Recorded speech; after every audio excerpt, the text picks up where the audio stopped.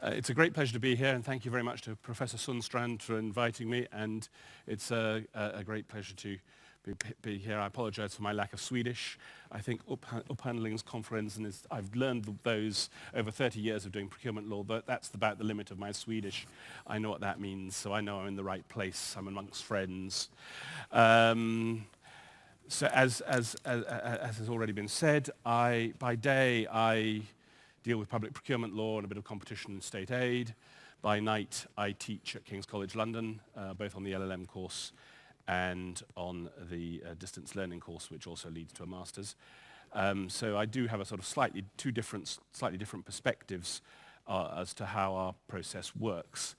I was asked to talk about the remedies system in the UK, and I was thinking, well, why would you want to know about that? As you know, you have, without a doubt, the most highly functional EU remedies system in the EU, and ours is often regarded as highly dysfunctional. But I thought it might be helpful for you to understand, firstly, what it is that people are criticizing when you read some of the materials about the common law systems, and it perhaps will be sensible to lump them together, the common law systems, but also to have in mind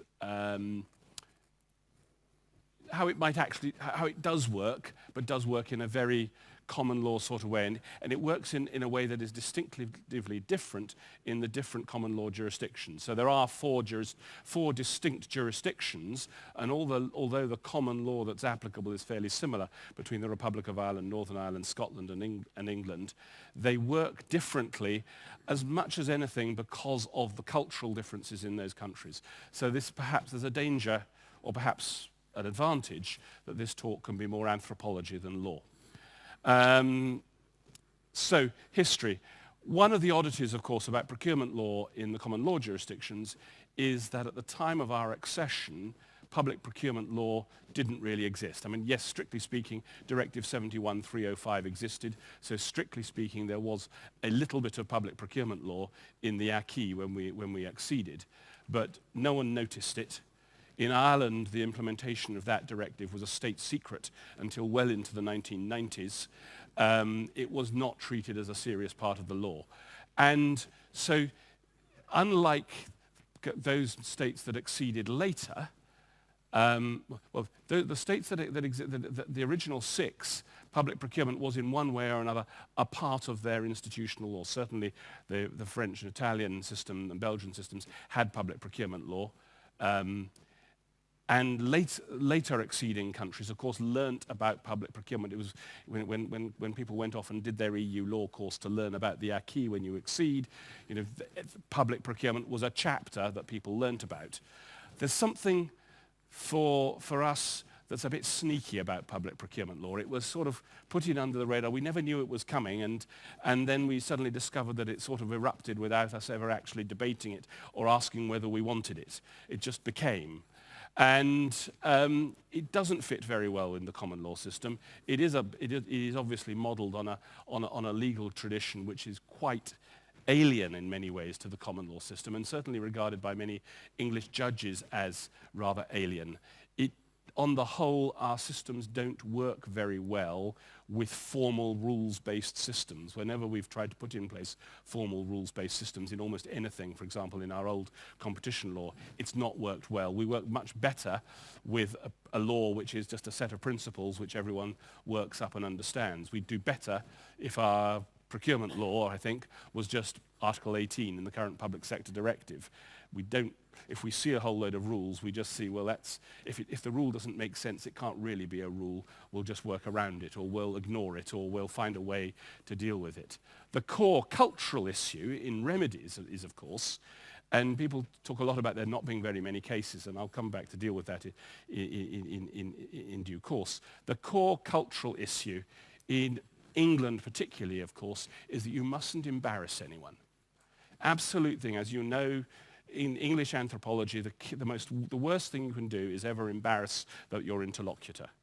And so everything is transactional. Everything is about avoiding the moment of embarrassment. And as a result, we go a very long way to avoid going to court, because of course going to court is a moment of embarrassment. It's a moment of loss for everyone involved because you have lost face just by being there. And people who like being in court are therefore a little bit weird because they don't actually fit into the cultural norm. It's sort of lawyers and Americans are people who like going to court.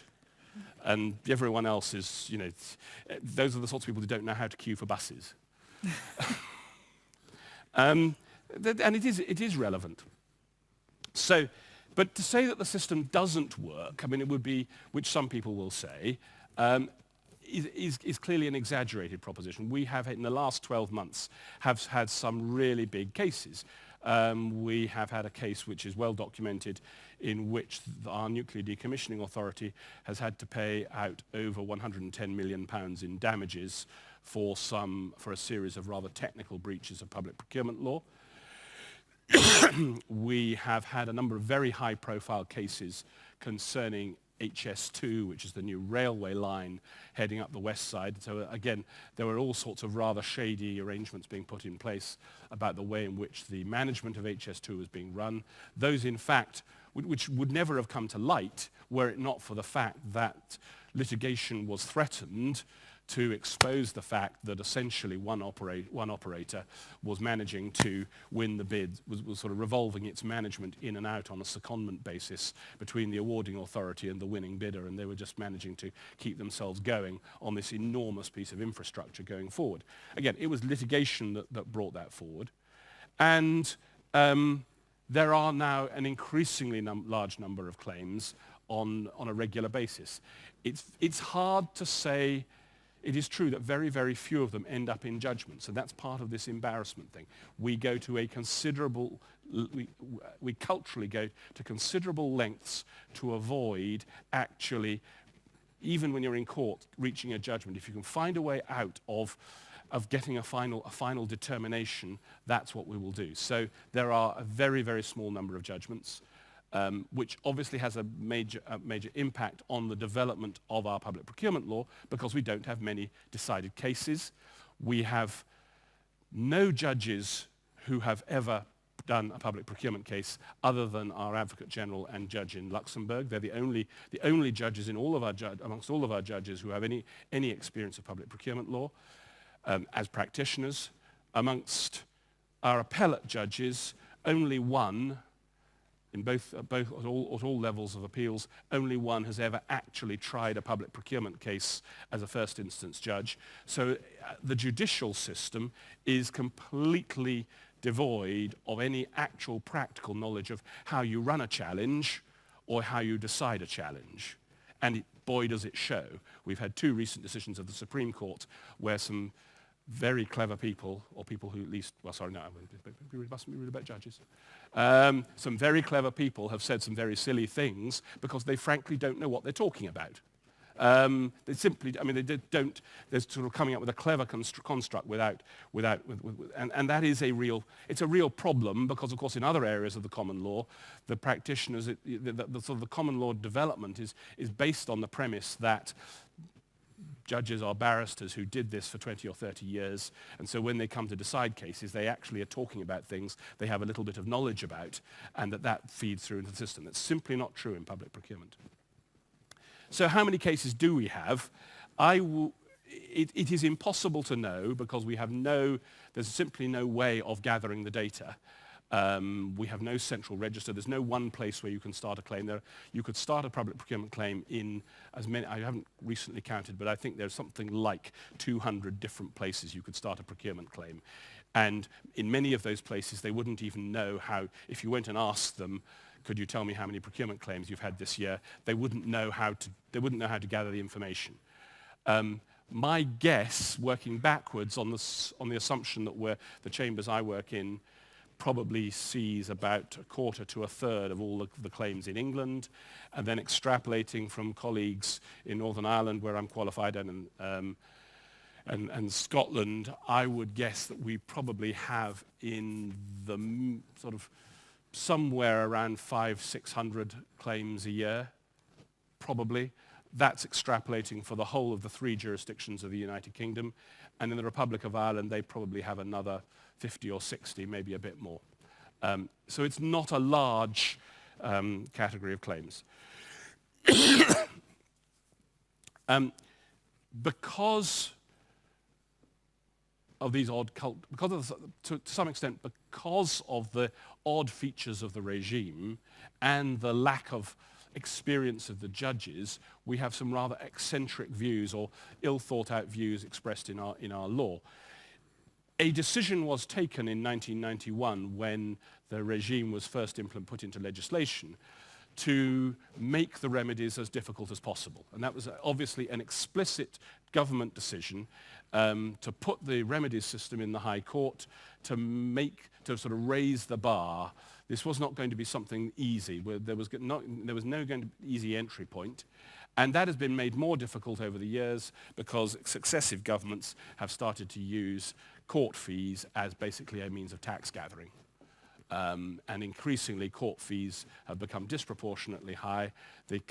For most procurement claims now, you will be paying the equivalent of 100,000 kroner just to start the claim to the court, regardless of what your legal fees are and so forth. And that is clearly part of government policy across the board. Now, there's an issue.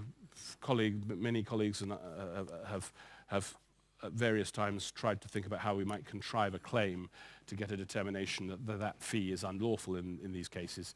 I suspect we're running out of time because about the only court that would do that is in Luxembourg. Because we have a structure which is set in the private law system, not in the public law system, unlike in Ireland where it's done in the public law system, typically the judges who are dealing with this area of the law are judges who are steeped in private law disputes. Indeed, the court most of these cases end up in is called the Technology and Construction Court, so what they're used to is contract claims around computers and construction contracts. Their knowledge of public law is often rather rudimentary, sometimes almost undergraduate.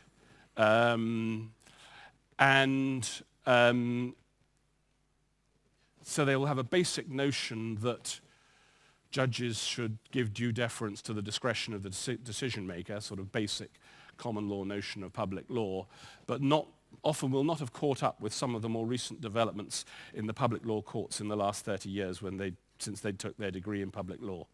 There's a real problem, and they often get, as a result, into quite a tangle in their judgments, because on the one hand, they want to defer to the decision maker, which of course makes it very difficult to run a challenge, and so they will talk about deferring to the decision maker, and then they will realize that actually it's impossible to do that because they will always encourage the defendant, however bad it is, to run a case which says, in any event, it made no difference. However bad I did it, it made no difference because they always would have lost. And then, of course, they suddenly realize that by allowing this argument to be made, they've opened the door to having to retake the decision, because the moment you allow obviously you'll be very familiar with the fact that the moment you allow the question of it would have made no difference to be brought into the arena, you actually have to retake the decision. And so you have a sort of schizophrenic mentality where the judge will be saying, I'm going to defer to the official, I'm going to defer to the official. Oh, but now I'm actually going to have to do the job all over again, which is exactly what I just said I wouldn't do. Which again creates some rather odd tensions in the judgments. What do we have? Obviously the thing we have in common law systems, and particularly in the UK system rather than in Ireland, because it's a private law system, we have full disclosure. And therefore, we're less worried about all the stuff about reasons on a standstill.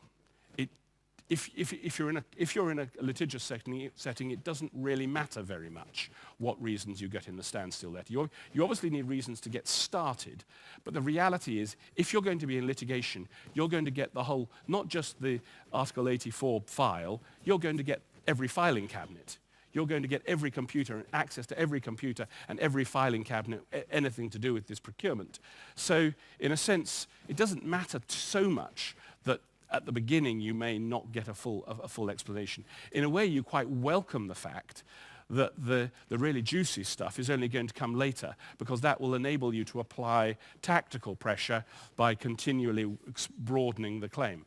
And of course, the other feature of disclosure is that you are able to dig very deeply into what really happened. And that is probably why we do have a large number of procurement cases with truly ghastly facts. I mean, I've mentioned the nuclear decommissioning case.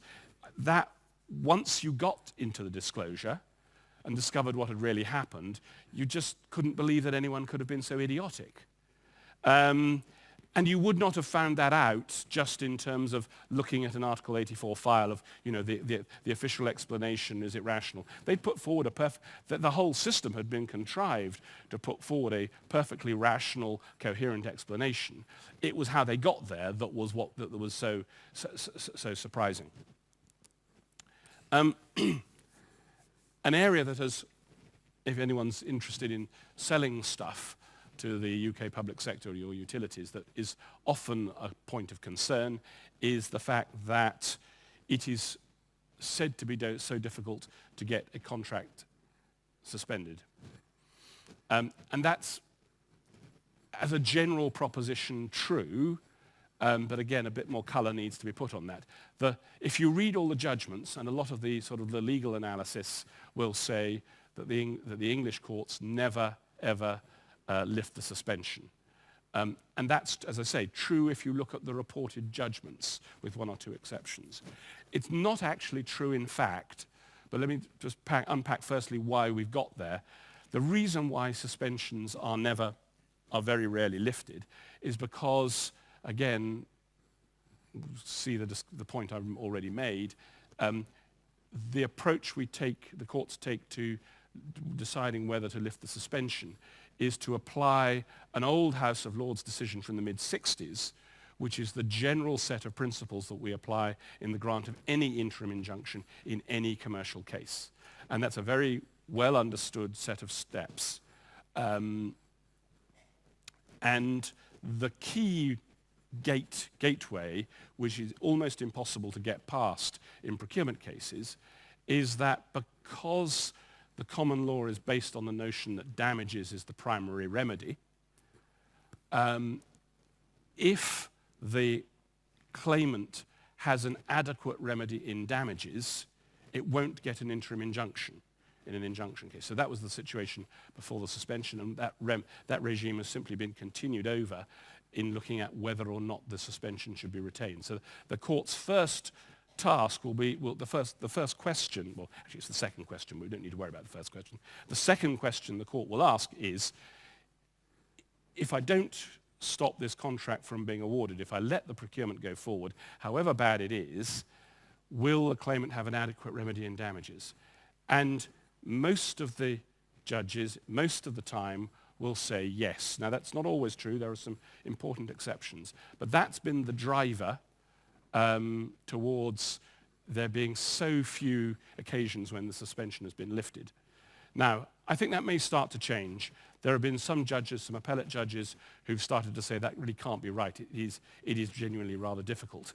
And one of the interesting points which we're beginning to try and draw to the attention of the judges in various ways is, if it was so easy, why is it that since 1991, when the statutory regime was put in place, there has been only one decision in the entirety of the United Kingdom where anyone has actually got to the end and calculated the damages?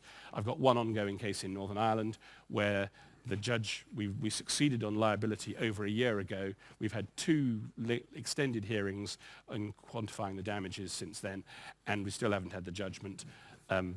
It's a very difficult case. It's very difficult to quantify the damages for all sorts of reasons I won't go into now. Perhaps it's reasonably obvious. Excuse me.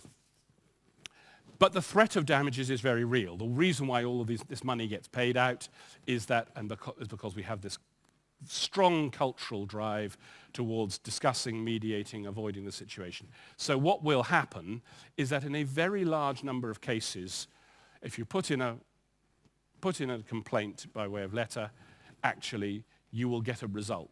It is surprising how often the authority will back off, change its position, again, because it's part of the culture. It's, oh, I may have done something wrong. Let's see if I can try and deal with it. If there aren't any political constraints, the instinct will be to try and avoid a problem going forward. Once proceedings are started, they are nearly always settled. They're nearly always settled either directly or through mediation, and that is generally done by payment of a significant sum of damages. And the amounts can be very large. I've already mentioned the claim, the nuclear decommissioning claim, and perhaps it's not surprising that a loss of profit claim on decommissioning a number of nuclear power stations would be rather large. But at a more trivial level, I had a case a couple of years ago, which caused a bit of a flurry, all to do with basically recovering cargoes from Second World War cargo ships. And in that case, my client won many tens of millions of pounds for a contract of no great national importance. But again, the government felt obliged to pay quite a large sum of money. The reality is that people do pay out. Authorities feel the need to do that, and as a result, authorities are very defensive. So for a system that doesn't work, allegedly, it's amazing how defensive authorities are. And one of the reasons, again, going back to why public procurement may not be that popular and may have been a sort of one of the reasons which some Brexiteers relied upon, saying, genuinely procurement was a reason to leave the EU for some senior Brexiteers, is because those with experience as ministers are generally so often told by their officials they can't do this because of procurement law. Now, to be blunt, that wouldn't be true if the system was not in some way functioning. It just may not be functioning in the manner that is either compliant with the rule of law or compliant in the way that the European Commission would like it to work. It's certainly different. Let me just wrap up by sort of slightly looking beyond. I should mention there is a currently theological debate going on at the moment in the UK about whether or not the Frankovich sufficiently serious requirement applies, which is perhaps worth noting. That will continue, but it's only worth noting because it again demonstrates this slight incoherence in the way in which our appellate courts look at public procurement law, because we're not quite sure, having said it was a private law claim, we're then not sure whether or not we shouldn't bring in some public law notions from Frankovich. And that, of course, has been made even more exciting following the recent decision of the EFTA court, which suggests that our Supreme Court got it wrong, which it did. Let me just sort of illustrate the point about the English system, perhaps by looking at some of the other jurisdictions in the last couple of minutes, to make the point that this is very cultural. Compare with Northern Ireland, which is a jurisdiction I spent a great deal of time in. There's a huge amount of public procurement work in Northern Ireland. Obviously, it's an economy that is hugely state-dependent, and it's a place where the culture and the legal culture is very different. It is a culture where embarrassing people is not a problem. It's a culture of confrontation. It's a culture where the judges assume that government is up to no good, where there's a long history of misallocation of state resources, and the judges have been one of the few institutions who've been trying to stand out for fair allocation of resources against a long history of misallocation. And so there's a sort of long tradition of the judges assuming that they must step in to ensure that jobs and money and so forth are not put in the wrong place. And as a result, the judges, there's a lot more litigation. It ends up in more judgments. The judges are more interventionist. They're more cynical, more skeptical about judicial explanations. It's not a surprise. In the Republic of Ireland, you have another different illustration because they've got a public law system, and so, but unfortunately their system is perhaps a little bit bogged down in pace. So while it actually would be quite an effective system, it just doesn't work fast enough. And I should just say that that is the one key feature perhaps in our system, is that we do the one thing we do manage to do is get actually decisions taken very quickly now. We can now get most cases dealt with in 2 months, which, given the fact that we have to get disclosure done in that process, that's about as quickly as we could possibly do it. But it does mean that we can get sort of quick final results done. So yes, we have a strange system which doesn't correspond to anything that the European Commission ever thought the Remedies Directive would require. And it is certainly dissident, but it's not entirely dysfunctional. Thank you so much.